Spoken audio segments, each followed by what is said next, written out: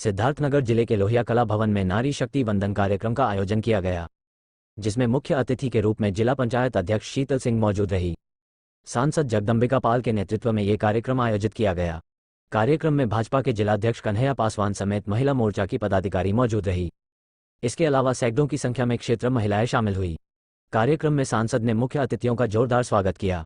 सभी प्रमुख अतिथियों ने नारी शक्ति वंदन को लेकर सभी को संबोधित किया और सभी सरकारी योजनाओं के बारे में जानकारी दी। मीडिया से बात करते हुए सांसद जगदम्बिका पाल ने बताया उनकी सरकार महिलाओं को लेकर काफी संवेदनशील है, जिसके तहत महिला आरक्षण बिल विधेयक भी जो पिछले कई वर्षों से लंबी चल रहा था वो इन्हीं के सरकार में पास हुआ। उज्ज्वला गैस बैंकों में जनधन योजना के तहत खाते, आज सारी योजनाएं सरकार द्वारा महिलाओं के लिए चलकर महिलाओं को निरंतर आगे लाने का प्रयास किया जा रहा है। आज नारी शक्ति बंधन कार्यक्रम सम्मेलन के अवसर पर महिलाओं द्वारा बढ़कर का हिस्सा लिए जाना इस बात का संकेत है। सरकार द्वारा चलाई जाने वाली ये योजनाओं से गाँव के कोने कोने तक इसका संदेश पहुँच रहा है।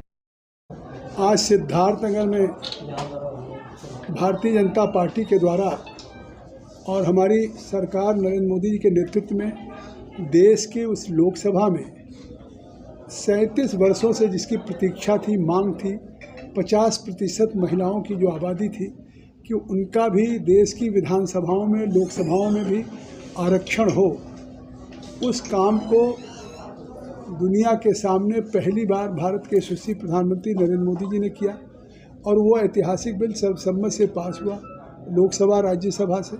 और अब भविष्य में भारत की लोकसभा में, राज्यों की विधानसभाओं में 33% महिलाओं का भी आरक्षण होगा। ये महिलाओं के लिए आरक्षण नहीं है, एक तरह से अब ये गवर्नेंस की पार्ट होगी, ये सरकार चलाने की हिस्सा बनेगी। जहाँ भी सरकार में मंत्रियों की संख्या गिनी चुनी है, वहीं अब आने वाले दिनों में 33% महिलाएं हो जाएंगी।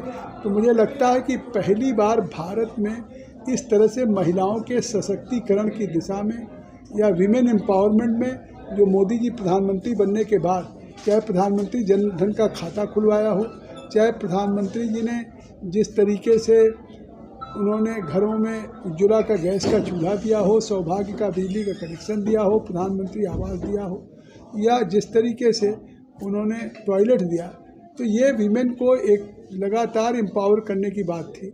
लेकिन जहां प्रधानमंत्री ने 14 में महिलाओं को 87% महिलाओं के पास बैंक का खाता नहीं था, आज उन महिलाओं को न केवल बैंक के खाते से जोड़ा है, देश की विधानसभा लोकसभाओं से जोड़ने का काम किया।